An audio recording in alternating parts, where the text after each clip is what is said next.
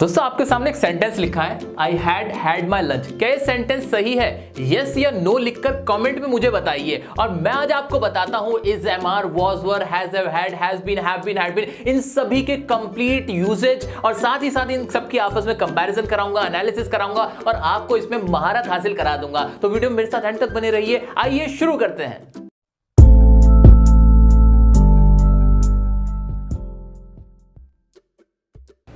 दोस्तों सबसे पहले समझते हैं कि ये इज, एम आर, वॉज और कहां से निकल कर आए हैं। इसके लिए समझना पड़ेगा हमें बी को। बी का मतलब क्या होता है? बी का मतलब होता है होना, किसी भी चीज का प्रेजेंट होना, किसी भी चीज की क्वालिटी या स्टेट को दिखाने के लिए हम बी का इस्तेमाल करते हैं। जैसे कि बहुत खुश होना, नाराज होना, थका हुआ होना, गुस्सा होना, टीचर होना, स्टूडेंट होना। जैसे मैं एक स्टूडेंट हूं तो क्या हूं मैं? स्टूडेंट होना यानी स्टूडेंट हूं। इस तरह के होने के लिए हम क्या लगा देते हैं? बी लगा देते हैं। अब हमारा काम बड़ा आसान हो गया था, जब भी हमें होना दिखाना हो तो हम बी लगा देंगे। ऐसे ही तो करेंगे। आइए एक सेंटेंस बनाते हैं इसी वाली टेक्निक से। अब तक हमें इज, एम आर, वॉज, वर हमें नहीं पता था कि क्या होते हैं, ठीक है? हमें सिर्फ बी का पता था। मान लो मैंने एक सेंटेंस लिखा मैं खुश हूं। मैंने क्या लिखा? मैं खुश हूं। इसकी इंग्लिश क्या बनाऊंगा? आई बी हैप्पी। इसकी हिंदी बनाओ, क्या बनी? मैं खुश होना है। ये क्या बना? यही तो बनी इसकी इंग्लिश, मैं खुश होना।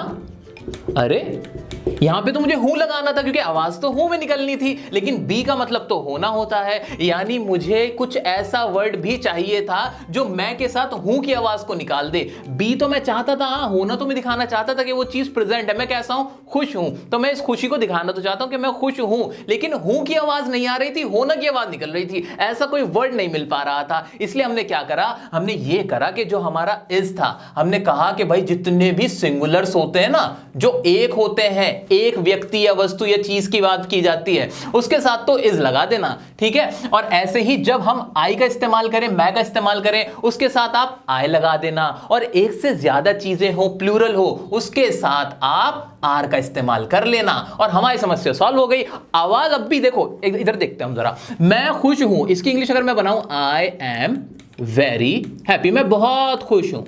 अब इसमें ध्यान से देखना, जो ये एम है ये किसकी आवाज निकाल रहा है? हूं की आवाज निकाल रहा है। और ध्यान देने वाली बात है, हूं का मतलब भी तो होना ही हो रहा है, सेंस तो वही निकल रहा है ना। ये तो वही बात हुई कि बी क्या है? बी एक पानी का ग्लास है। उस पानी के ग्लास के अंदर आप चाहे नींबू निचोड़ लो, चाहे नमक डाल लो, चाहे शुगर डाल लो, चाहे कोई कलर मिला दो, वो पानी ही रहेगा, बस उसकी जो प्रॉपर्टीज है वो चेंज होती रहेगी। बिल्कुल ऐसा ही यहां पर हुआ था। बी का मतलब क्या था? होना ही था, होने को दिखा रहा था, एग्जिस्टेंस को दिखा रहा था, मौजूदगी को दिखा रहा था। लेकिन जब इज की फॉर्म में आया तो यहां पे इसने सिंगुलर को दिखा दिया, सिंगुलर के होने को दिखा दिया। एम की फॉर्म में आया तो हूं का सेंस दे दिया। आर की फॉर्म में आया तो प्लूरल्स के होने को दिखा दिया। इतना तो क्लियर हो गया ना कि इज, एम आर, वॉज, वर निकल कर कहां से आए थे। अभी वॉज, वर की बात करूं, चलो वॉज, वर के बारे में बता देता हूं। वॉज, वर में क्या हुआ? अब हमने तो प्रेजेंट की बातें कर ली थी कि हाँ आज के वक्त में जो बात हो रही थी उसके लिए तो हमने इज, एम, आर निकाल दिया था। लेकिन बीते हुए कल के होने के बारे में अगर बात होने लगे, मैं कहना चाहता हूं मैं बहुत खुश था। क्या कहना चाहता हूं? मैं बहुत खुश था। अभी तो पुराने वक्त की बात हो गई, था मैं, होना था, पुराने पास्ट में बात थी। तो उसके लिए क्या करते? इन तीनों में से कोई सा काम नहीं आया, उसके लिए वॉज और वर का इस्तेमाल करा। इसके बारे में अभी डिटेल में बात कर लेंगे, ठीक है? तो अभी हमें मोटा मोटा ये क्लियर तो हो गया है कि इज, एम, आर, वॉज, वर निकल कर कहां से आए? भाई होना से निकल कर आए हैं। होने की आवाज देते हैं, किसी भी चीज का होना, टीचर होना, स्टूडेंट होना, ये दिखा देते हैं हमारे इज, एम, आर, वॉज, वर। आइए अब देखते हैं कि कब हम इज, एम, आर, वॉज, वर को देखते ही पता लगा सकते हैं कि इसका इस्तेमाल कैसे हो रहा है। इसके सिर्फ और सिर्फ 3 इस्तेमाल है। कितने? सिर्फ 3। हाँ, कहीं भी आप इज, एम, आर, वॉज, वर लगा हुआ देखोगे उसके मेनली 3 इस्तेमाल दिख जाएंगे आपको। उसके अलावा कोई इस्तेमाल है ही नहीं। दुनिया का कोई भी सेंटेंस आ जाए उसमें सिर्फ 3 इस्तेमाल होंगे। क्या 3 इस्तेमाल है वो देख लेते हैं, आओ जल्दी से। वो 3 इस्तेमाल बताने से पहले मैं आपसे बहुत क्लियरली बोलना चाहता हूं, भाई रटने की कोई जरूरत नहीं है, बिल्कुल भी रटना मत। सब कुछ बिल्कुल क्लियर रखना, अपने मन में कोई भी डाउट नहीं रहना चाहिए, ठीक है ना? बी से निकले इज, एम, आर, वॉज, वर। अब कभी भी आप इज, एम, आर का इस्तेमाल कहीं भी किसी भी सेंटेंस में देखते हो, चाहे आप ग्रामेटिकल कोई सवाल कर रहे हो, अपने एग्जाम में बैठे हुए हो, या फिर आप इंग्लिश बोल रहे हो या सुन रहे हो, उसके सिर्फ और सिर्फ 3 इस्तेमाल लिख लेंगे। वो 3 इस्तेमाल क्या? बहुत आसान है, रटना मत, बार बार मना कर रहा हूं, ठीक है ना? आओ चलो देखते हैं क्या क्या हो सकते हैं। पहला इस्तेमाल है टू शो स्टेट और एग्जिस्टेंस। इसका मतलब क्या होता है? स्टेट होती है अवस्था, हालत को दिखाने के लिए, जैसे बीमार, खुश, नाराज, इस तरह की, ठीक है। और एग्जिस्टेंस मतलब मौजूदगी को, वो वहां पर है कि नहीं है, ये बात बताने के लिए। तो पहला इस्तेमाल तो ये होता है, बहुत सिंपल होता है, सब्जेक्ट रखो, वो इज एम आर जो भी आपका आ रहा है वो लगा दो, और ऑब्जेक्ट जो होगा वो लगा दो। जैसे कि ही इज सैड, सैड मतलब बहुत उदास होना, क्या है? वो बहुत उदास है, ठीक है, वह उदास है।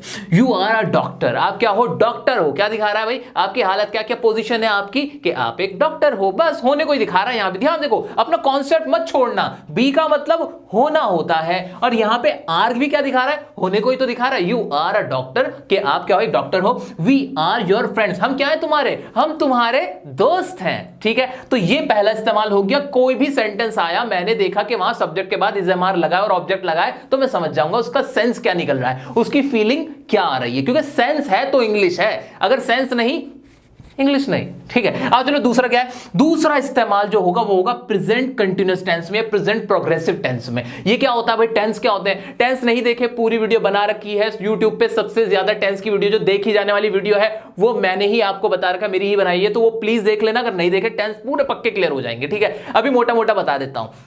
अगर कहीं कोई काम चल रहा होता है, खाने का, पीने का, हंसने का, बोलने का, नाचने का, ठीक है, इस तरह का कोई काम चल रहा होता है, तो वहां पे ना सिर्फ इज़ेमाल लगा के काम नहीं बन पाता, वहां पे वर्ब लगानी पड़ती है। वर्ब का मतलब ही होता है काम, उसके कुछ रूल्स हैं, उसके अंदर भी इज़ेमाल का इस्तेमाल हो रहा होगा। कब हो रहा होगा? जब कोई काम चल रहा होगा। जैसे कोई भी काम अगर रनिंग में है ना, तो वहां पे मैं इज़ेमाल लगा हुआ देख लूंगा, इतना याद रख लो। क्लियर हो गया? कोई भी काम अगर चल रहा है, प्रेजेंट में है, तो वो इज़ेमाल वहां लगा हुआ मिल जाएगा आपको। किस तरह से मिल जाएगा? She is reading her lesson. यहां पे मैंने इज रीडिंग को हाईलाइट किया है क्योंकि यहां पे इज के साथ मेन वर्ब की फर्स्ट फॉर्म और आईएनजी लगी हुई थी। तो यहां पे इज का इस्तेमाल मैंने जैसे ही देखा कि इसके बाद मेन वर्ब की फर्स्ट फॉर्म और आईएनजी, में समझ के क्या ये कंटिन्यूटी को दिखा रहा है, ये कंटिन्यूअस टेंस है, प्रेजेंट कंटिन्यूअस टेंस है। ऐसे यहां पे देखो, what are you doing, are और डूइंग, यहां भी आर आया और आर के साथ जो वर्ब लगी हुई थी उसमें भी आईएनजी लगा था, यानी कंटिन्यूटी को दिखा रहा है। क्लियर हुआ? दूसरा भी रूल क्लियर हो गया। दूसरा रूल मेरा क्या है? अगर इज़एमआर लगा हो और उसके बराबर में बिल्कुल उसके बाद जो मेन वर्ब है, जो मेन वर्ब है हमारी, जो काम चल रहा है, वो आईएनजी लगा हुआ है, तो मैं समझ जाऊंगा ये क्या है, ये कंटीन्यूअस की बात हो रही है। इसका सेंस क्या हो रहा है? काम की चलने को दिखा रहा है। और उसकी आवाज कैसे होगी कि भाई वह अपना लेसन याद कर रही है, तुम क्या कर रहे हो, हम जा रहे हैं, वह आ रही है, I am going to learn my lesson. इस तरह के जो भी सेंटेंस होंगे वो हमारे प्रेजेंट प्रोग्रेसिव होंगे, प्रेजेंट कंटीन्यूअस टेंस के होंगे। दूसरा इस्तेमाल क्लियर हो गया? क्लियर हो गया। और तीसरा देखते हैं। तीसरा क्या है? बहुत अहम और इंपॉर्टेंट इस्तेमाल क्या होगा? पैसिव वॉइस में इस्तेमाल होगा आपका इज़एमआर का। कैसे होगा? याद रख लेना, बिल्कुल अपने दिमाग में एक चीज क्लियर रख लो, कभी भी इज़एमआर के बाद अगर वर्ब की थर्ड फॉर्म हो, क्या इज़एमआर के बाद वर्ब की मेरी थर्ड फॉर्म लगी हुई है, मेरे दिमाग में घंटी बज जानी चाहिए कि हो ना हो ये पैसिव वॉइस का इस्तेमाल हो रहा है। यहां पे कभी भी ऐसा नहीं होता कि इज़एमआर के बाद वर्ब की थर्ड फॉर्म हो। नॉर्मली यहां भी ऐसा नहीं था, यहां भी ऐसा नहीं था, लेकिन अगर ऐसा हो रहा है तो वो पैसिव वॉइस होगी। जैसे कि Rekha is taught by her mother, Rekha अपनी मां के द्वारा पढ़ाई जाती है। अगर वॉइस नहीं पढ़ रखी, पैसिव वॉइस नहीं पढ़ रखी, वीडियो बना रखी है, फुल फ्लेज वीडियो बना रखी है, देख लेना, बिल्कुल घबराने की जरूरत नहीं है, ठीक है। तो बहुत इंपॉर्टेंट होता है, पैसिव वॉइस का इस्तेमाल बहुत ज्यादा स्पोकन इंग्लिश में भी किया जाता है। तो मुझे उम्मीद है कि अब आपको ये भी क्लियर हो जाएगा। जैसे कि I am scolded bye my teacher, मैंने क्या देखा? आई एम के बाद एम के बाद वर्ब की थर्ड फॉर्म लगी थी, मेरे दिमाग की घंटी बजी, मैंने बोल दिया वॉइस है, कौन सी? पैसिव, ठीक है। ऐसे we are supported by you, आपके द्वारा हम सपोर्ट किए जाते हैं, हमें सहारा मिलता है आपके द्वारा। सही बात है। अगर आप सपोर्ट कर रहे हो तो लाइक करो वीडियो को, शेयर करो, कमेंट करके बताओ कैसी लग रही है वीडियो, ठीक है। ऐसे ही यहाँ पे I am scolded bye my teacher, इसका मतलब क्या था? मुझे मेरे टीचर के द्वारा डांटा जाता है, टीचर के द्वारा डांटा जाता है। तो एम के बाद स्कोल्डेड था, मैं समझ गया। देखो मैं तुम्हें कभी नहीं डांटता हूं, ठीक है ना, तो आप लोगों को ना बहुत खुश रहना चाहिए, मैं कभी नहीं डांटता। तो तीन जो मोटे मोटे इस्तेमाल थे वो क्या थे? बहुत आसान थे। पहला, कोई हालत को दिखाने के लिए, वहां कोई वर्ब नहीं थी, काम नहीं हो रहा था, भाई मैं ऐसा हूं, तुम ऐसे हो, ये बताने के लिए। दूसरा क्या था? दूसरा वर्ब थी हमारी आईएनजी वाली थी, काम चल रहा था, उसको दिखाने के लिए प्रेजेंट के अंदर। तीसरा क्या था? पैसिव वॉइस को दिखाने के लिए, जहां पे इनडायरेक्टली ऑब्जेक्ट के ऊपर जो हमारा जो ऑब्जेक्ट होता है वो पहले होता है, ऑब्जेक्ट पे फोकस किया जाता है। वो हमने तीनों चीजें अच्छे से यहां पे देख ली। अब इज़एमआर तो बिल्कुल क्लियर हो गया। इसके अलावा सर सेंटेंस के अंदर इज़एमआर का कोई इस्तेमाल नहीं होगा? नहीं होगा भाई, नहीं होगा। इज़एमआर अगर कहीं लगा होगा तो बस इन तीन सिचुएशन में लगा होगा, और कहीं इज़एमआर लगेगा ही नहीं। क्लियर हो गया? मुझे लग रहा है आपका एक बहुत बड़ा कॉन्सेप्ट क्लियर हो गया है ना? हो गया कि नहीं? इसी बात पे वीडियो को लाइक करना। अब आगे बढ़ते हैं, वॉज वर्ब का इस्तेमाल देखते हैं। सर वॉज वर्ब में क्या होगा? अभी बताता हूं, बहुत सारे रूल्स हैं वॉज वर्ब के। अभी इतने लंबे चौड़े रूल बताऊंगा ना मैं तुम्हें वॉज वर्ब के, कि तुम्हारे ना आंखें फटी रह जाएंगी, तुम्हारे होश उड़ जाएंगे, बेहोश हो जाओगे, मोबाइल को पकड़े पकड़े बेहोश हो जाओगे। इतने सारे रूल है वॉज वर्ब के, पता है? अरे नहीं भाई, जो ये रूल है वही वॉज वर्ब के रूल है। क्या? बिल्कुल, हाँ सही बात। ये जो 3 यूज बताए ना मैंने आपको इज एम आर के, वही इज एम आर के ही रूल हमारे वॉज और में लगने। कैसे लगने? स्लाइटली सा चेंज करना है। आप मेरे इंटेलिजेंट स्टूडेंट हो, मेरे फ्रेंड्स हो, आप लोग समझदार हो, बता दोगे कैसे करना है।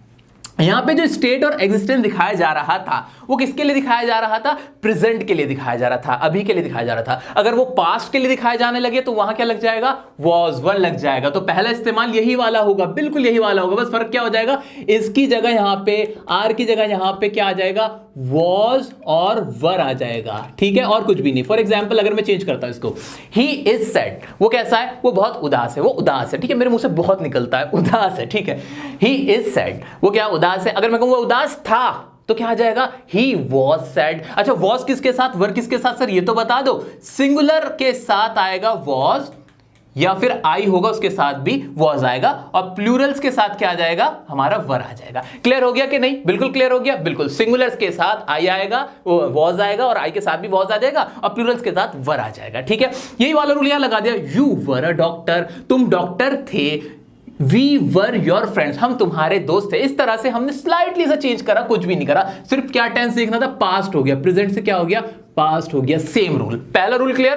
क्लियर। दूसरा देखते हैं क्या है। प्रेजेंट कंटिन्यूअस टेंस में इज एम आर का इस्तेमाल होता है। अगर मेरी वीडियो आपने टेंस की देखी होगी तो कुछ कहने की जरूरत ही नहीं थी, क्योंकि बस प्रेजेंट हटा के क्या हो जाएगा? पास्ट कंटिन्यूअस टेंस हो जाएगा। क्या हो जाएगा? Past continuous tense. यानी क्या होगा कि जहां भी हमारा पास्ट कंटिन्यूअस टेंस लग रहा होगा वहां हमारा वॉज और वर का इस्तेमाल हो रहा होगा। For example What I mean to say, I am saying कि अगर यहां पे आप देखो कि शी के बाद was reading आ जाए, क्या आ जाए? शी के बाद was reading आ जाए, तो मेरे दिमाग में घंटी बन जानी चाहिए कि was के बाद कभी भी मेन वर्ब की फर्स्ट फॉर्म के साथ ing लगा हुआ है, तो ये मेरा कौन सा है? पास्ट कंटिन्यूअस टेंस है। कौन सा है? पास्ट कंटिन्यूअस टेंस है, ठीक है। ऐसे ही what are you doing की जगह क्या हो जाएगा? what were you doing हो जाए। यानी मैंने देखा कि यहां पे वर के साथ मेन वर्ब की फर्स्ट फॉर्म के साथ ing लगा हुआ है, हो ना हो ये क्या है? पास्ट कंटिन्यूअस है। इसका जो सेंस निकल रहा है वो क्या निकल रहा है? पास्ट में कोई काम चलते हुए को दिखा रहा है, ठीक है। तो दूसरा यूज भी क्लियर हो गया, बिल्कुल क्लियर हो गया। वेल आगे बढ़े अब हम। Okay right, next passive voice में। पैसिव वॉइस में भी वॉज वर का इस्तेमाल होता है। कैसे होता है? बस पास्ट इंडेफिनिट की पैसिव वॉइस हो जाती है। वो कौन सी हो जाती है? पास्ट इंडेफिनिट की। जिसने मेरी पैसिव वॉइस की वीडियो देखी हुई होगी उसको तो ये पॉइंट यही क्लियर हो गया होगा, उसको तो ये हलवा लग रहा होगा भाई, और मुझे उम्मीद है आप सबको अब ये हलवा लग रहा है। Rekha is taught by her mother का क्या हो जाएगा? Rekha was taught by her mother, कि रेखा को उसकी मां के द्वारा पढ़ाया जाता था। ऐसे ही आई एम स्कोल्डेड की जगह क्या हो जाएगा? I was scolded bye my teacher, मुझे मेरे टीचर के द्वारा क्या किया गया था? डांटा गया था, मैंने नहीं डांटा था। Next, we are supported by you, we were supported by you. इतना सा फर्क था। यानी इज एम आर के जो 3 यूज मैंने देखे थे वही वॉज वर के भी हैं, और मुझे याद रखना है कि कहीं भी is am are was were का इस्तेमाल हो रहा हो ना हो, उनका सिर्फ इन 3 सिचुएशन के अंदर, इन 3 कंडीशन में ही इस्तेमाल होगा, और कोई उनका इस्तेमाल नहीं होगा। लेकिन कहानी में एक ट्विस्ट है। ट्विस्ट क्या है? कि वॉज और वर का ना इस्तेमाल कंडीशनल सेंटेंसेस में भी होता है। वो क्या होता है वो भी मैं आपको बताऊंगा, ताकि आपको कोई डाउट ना रहे। So let's get on to the usage of conditional sentences. How can we use the conditional sentences using was and were?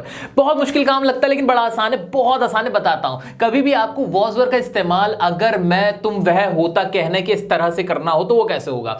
For example आप ऐसी बात कहना चाहते हो, अगर मैं प्रधानमंत्री होता, या अगर मैं बहुत अमीर होता, अगर मैं बहुत गरीब होता, इस तरह के अगर आपको सेंटेंसेस कहने होते हैं तो उन्हें कहते हैं कंडीशनल सेंटेंसेस। कंडीशनल क्यों कहते हैं? क्योंकि ये अनरियल होते हैं। क्या होते हैं ये? अनरियल। क्या बोला जाता है इन्हें? अनरियल, जो वास्तविक नहीं होते, जो सच्चाई नहीं होती, झूठ बोल रहे होते हैं, ठीक है। तो इसको क्या बोलते हैं हम? कंडीशनल सेंटेंसेस बोल देते हैं। और इसमें हम वॉज और वर का इस्तेमाल कैसे करेंगे? स्ट्रक्चर मैंने लिख दिया आपके लिए। इफ लगाओ, सब्जेक्ट लगाओ, वॉज या वर लगाओ, और ऑब्जेक्ट लगा दो। For example, if I were a rich man, अगर मैं एक बहुत अमीर आदमी होता तो क्या होता भाई? I would make more charity, मैं बहुत सारी चैरिटी करता, जो कि कोई ना करता, सब कहने वाली बातें हैं। If he were right now he would help us, अगर वो यहां पर होते ना तो हमारी मदद करते। तो जब भी हमें ऐसा दिखाना होता कि मैं ये होता या मैं यहां होता, तब हम क्या लगा देते हैं? वॉज या वर का इस्तेमाल करते हुए हम वो सेंटेंस बना देते हैं। लेकिन इसमें ट्विस्ट ये है कि वॉज कहां आएगा, वर कहां आएगा? बता देता हूं। वर हम तब लगाते हैं जब कोई हम अनरियल, बिल्कुल इम्पॉसिबल बात कर रहे होते हैं, बिल्कुल असंभव बात कर रहे होते हैं। जैसे कि if I were a rich man, कि भाई अगर मैं अमीर आदमी होता, क्या आप अमीर आदमी हो? कभी भी हो? नहीं हो ना, बिल्कुल नहीं, ठीक है। ऐसे ही अगर मैं यहां पर होता, यहां पर होता मतलब हुआ ही नहीं था, खामखा की अनरियल सिचुएशन बनाते हैं। लेकिन अगर ऐसी सिचुएशन हो जो पॉसिबल हो सकती है, जैसे कि ये सेंटेंस था, if I was rude to you I apologise, अगर मैं तुम्हारे साथ रूड था, अगर क्या था मैं तुम्हारे साथ रूड था या रूड होता तो क्या करता मैं, आई अपोलोजाइज, मैं आपसे माफी मांगता। तो इस तरह की जो सिचुएशन थी कि रूड होने की, ये तो हो सकती थी, पॉसिबल थी, वहां हम वॉज लगाते हैं। मेनली वर्ब का इस्तेमाल किया जाता है सभी के साथ जब तक सिचुएशन अनरियल हो। क्लियर हो गया? बिल्कुल क्लियर हो गया, कोई रटने की भी जरूरत नहीं है। आइए देखते हैं और क्या करने वाले हम। हैज हैव हैड के इस्तेमाल सर ये भी कराओगे? बिल्कुल कराऊंगा, कुछ नहीं छोड़ूंगा, एक ही वीडियो में सब कुछ क्लियर हो जाएगा। ठीक है, आइए आगे बढ़ते हैं। हैज हैव हैड का इस्तेमाल क्या क्या होता है भाई? हैज हैव हैड का इस्तेमाल क्या है? एक ऑक्सिलरी वर्ब है जिसे हेल्पिंग वर्ब कहते हैं। पहला इस्तेमाल पोजीशन को दिखाने के लिए, किसी चीज की मालिकाना हक को दिखाने के लिए हम किसका इस्तेमाल करते हैं? हैज, हैव और हैड का इस्तेमाल करते हैं। कैसे? सब्जेक्ट रखा, हैज हैव हैड लगाया और ऑब्जेक्ट लगा दिया। जैसे कि आई हैव अ कार, मेरे पास क्या है? कार है। ठीक है। शी हैज टू ब्रदर्स, उसके कितने भाई हैं? 2 भाई हैं। वहां पे वो क्या दिखा रही है? अपनी ऑनरशिप दिखा रही है, अपना रिश्ता बता रही है कि भाई मेरे भाई हैं। वो किसके? मेरे हैं, तुम्हारे नहीं है। इस तरह की जो सेंटेंस बनाते हैं जिसमें हम पोजीशन को दिखाना चाहते हैं, ऑनरशिप को हम डिनोट करते हैं, उन्हें हम क्या बोलते हैं? हम बोलते हैं कि भाई हैज हैव हैड से हम बना लेते हैं। अगर पास्ट में होगा तो हैड होगा, प्रेजेंट में होगा तो हैज या हैव होगा। क्लियर हो गया? बिल्कुल। आगे देखते हैं भाई, दूसरा क्या इस्तेमाल है? परफेक्ट टेंस में। परफेक्ट टेंस में कैसे हो सकता है? चाहे प्रेजेंट का परफेक्ट हो या पास्ट का परफेक्ट हो, दोनों में, यानी काम को पूरा होने को दिखाता है। I have done my work, मैं अपना काम कर चुका हूं। यू हैड मेट हिम, तुम उससे मिल चुके थे। इस तरह से। अभी मुझसे कैमरामैन कह रहे हैं कि मेरे बाल खराब हो रहे हैं, तो अगर खराब हो रहे हैं तो आप देख लेना। ठीक है, आगे बढ़ते हैं। ज्यादा बुरा तो नहीं लग रहा ना? चलो आगे देखते हैं। Perfect continuous tense. Perfect continuous tense में कैसे इस्तेमाल हो जाता है? अरे यहां पर ना अभी गाड़ी रुकेगी। गाड़ी क्यों रुकेगी? अभी हमने सिर्फ हैज हैव हैड के इस्तेमाल देखे थे, तो हैज हैव हैड के तो सिर्फ अभी तक 2 इस्तेमाल देखे हमने। क्या? एक तो पोजीशन को दिखाने के लिए, दूसरा परफेक्ट टेंस में। लेकिन मैं आपको यहां नहीं छोड़ने वाला ना, मैं तो पूरा कंप्लीट करा के जाऊंगा। अगर आपके हैज हैव हैड के साथ बीन का भी इस्तेमाल होना हो, किसका? बीन का भी हो, आपने देखा होगा बहुत बार has been, have been, had been इस्तेमाल होता है। वो क्या होता है? उसमें कब देखना होता है? उसमें क्या देखना होता है? उसका सेंस क्या निकलता है? देखते हैं। पहला इस्तेमाल has been, have been, had been का कहां हो रहा होगा? परफेक्ट कंटीन्यूअस टेंस में। किसी का भी परफेक्ट कंटीन्यूअस हो तो वो क्या होगा? वो has been, have been, had been लगा के बनेगा। For example, she has been या had been working for 2 hours. इस तरह के सेंटेंसेस में हो जाएगा। देख लिया has been, have been, had been का। दूसरा इस्तेमाल कहां होगा? पैसिव वॉइस में होगा। अगर आपने has been, have been, had been लगा हुआ देखा है तो समझ जाना या तो परफेक्ट कंटीन्यूअस है या फिर वो पैसिव वॉइस है। पैसिव वॉइस को कैसे पहचानोगे? उसकी जो थर्ड फॉर्म होगी, जो मेन वर्ब होगी ना, उसकी थर्ड फॉर्म लगी हुई होगी, वहां पकड़ लेना। तो इन दोनों में जो डिफरेंस है वो यही डिफरेंस है कि अगर परफेक्ट कंटीन्यूअस टेंस होगा उसमें तो फर्स्ट फॉर्म होगी और आईएनजी होगी, लेकिन अगर हमारी पैसिव वॉइस होगी उसमें थर्ड फॉर्म होगी। क्लियर हो गया कि नहीं? यानी has been, have been, had been के हमने 2 इस्तेमाल देखे और हैज हैव हैड के नॉर्मल भी हमने 2 इस्तेमाल देखे। मुझे उम्मीद है आपको ये तो बिल्कुल क्लियर हो गया होगा। लेकिन अभी एक और चीज बची है। क्या चीज बची है? हैज हैव हैड वाली, वो एक और बता देता हूं, उसके बाद आपकी ये इस्तेमाल भी खत्म। दोस्तों हैड का इस्तेमाल हमारे कंडीशनल सेंटेंसेस में भी होता है, हैज हैव का नहीं होता, सिर्फ हैड का होता है। कैसे होता है जरा देख लेते हैं। स्ट्रक्चर रखा जाता है, इफ लगाते हैं, फिर जो भी हमारा सब्जेक्ट होता है वो आता है, हैड आता है और मेन वर्ब की थर्ड फॉर्म आ जाती है। लेकिन एक गौर करने वाली बात यह है कि आपने तो अभी बताया था कि वॉज वर्ब का इस्तेमाल होता है कंडीशनल सेंटेंसेस में, तो हैड का कैसे हो जाता है? उसके पीछे का लॉजिक ध्यान से देखो। जब हम वॉज वर्ब का इस्तेमाल करते हैं तो हम कह रहे होते हैं अगर मैं तुम होता, अगर वह वो होता, अगर ये ऐसा होता, मतलब होने के सेंस में होता है। क्या चीज? कोई चीज होने के सेंस में होता है। लेकिन जब हम हैड का इस्तेमाल कर रहे होंगे ना कंडीशनल सेंटेंसेस में, वहां होना सेंस नहीं होगा, वहां काम हो रहा होगा कि अगर तुम आ चुके होते, अगर तुमने मेहनत की होती, अगर तुम वहां जा चुके होते, अगर तुम मुझसे मिल चुके होते, ये वाले। जब यहां काम हो रहा होगा तो हैड वाले कंडीशनल सेंटेंसेस। अगर काम नहीं होगा, सिर्फ ऐसा कहा जाए अगर मैं अमीर होता, गरीब होता, प्रधानमंत्री होता, ये होता, वो होता, तब क्या आ जाएगा? तब हमारे वॉज वर्ब वाले कंडीशनल सेंटेंस। क्लियर हो गया ना? दिमाग बिल्कुल क्लियर हो गया? बिल्कुल क्लियर है। आगे बढ़ सकते हैं, बढ़िए। अब इसका स्ट्रक्चर तो मैंने आपको बता दिया, बहुत आसान सेंटेंसेस है। If you had come to me I would have helped you, अगर तुम मेरे पास आते मैं तुम्हारी मदद करता। If she had worked hard she would have got pass, अगर वो मेहनत करती तो वो पास हो जाती। लेकिन ये क्या है? हैड शुरू में ही आ गया। Had I known you were waiting outside I would have invited you to come in. अब इसके अंदर हैड शुरू में कैसे आ गया? बिल्कुल आ सकता है। अगर आप इफ नहीं लगाना चाहते सेंटेंस के शुरू में और आप डायरेक्ट हैड लगाना चाहते तो ऐसा कर सकते हैं। बस क्या करना, कुछ भी नहीं, शुरू में हैड लगाओ, फिर सब्जेक्ट लगाओ और आगे की कहानी बिल्कुल ऐसे ही कर लो जैसे आप नॉर्मली करते हो। ऐसा कहां होता है? ये फॉर्मल में होता है। जब आप फॉर्मल मैनर में कोई बात कहना चाहते हो तब आप शुरू में हैड लगा के इस तरह के सेंटेंसेस बना लेते हो। कुछ नहीं करना, इफ हटा देना है, हैड को शुरू में रख देना, उसके बाद सब्जेक्ट आ जाएगा। इतनी सी बात है, दोनों सेंटेंस बिल्कुल सही है। अब आपका होमवर्क क्या है? आपका होमवर्क यह है कि ये जो 2 सेंटेंस मैंने यहां पे बना रखे हैं इनको फॉर्मल मैनर में चेंज करके बताओ, यानी शुरू में हैड लगा के बना के दिखाओ। कमेंट में आंसर चाहिए मुझे, इंस्टाग्राम पे ज्वाइन कर लेना, पर्सनल अकाउंट में भी कुछ भी पूछना वहां पूछ सकते हो, आपको स्टोरी में आंसर्स मिल जाएंगे, क्विज मिल जाएंगे, वहां आप देख सकते हो। ठीक है, तो ये था आपका होमवर्क। अब आप मुझे बताइए आपको वीडियो कैसी लगी, कमेंट में जरूर बताइएगा। अपने दोस्तों के साथ प्लीज शेयर कीजिए, ज्यादा से ज्यादा शेयर कीजिए। चैनल को सब्सक्राइब नहीं किया तो सब्सक्राइब कीजिए। मिलते हैं नेक्स्ट वीडियो में नेक्स्ट टॉपिक के साथ, तब तक के लिए बने रहें डियर सर के साथ।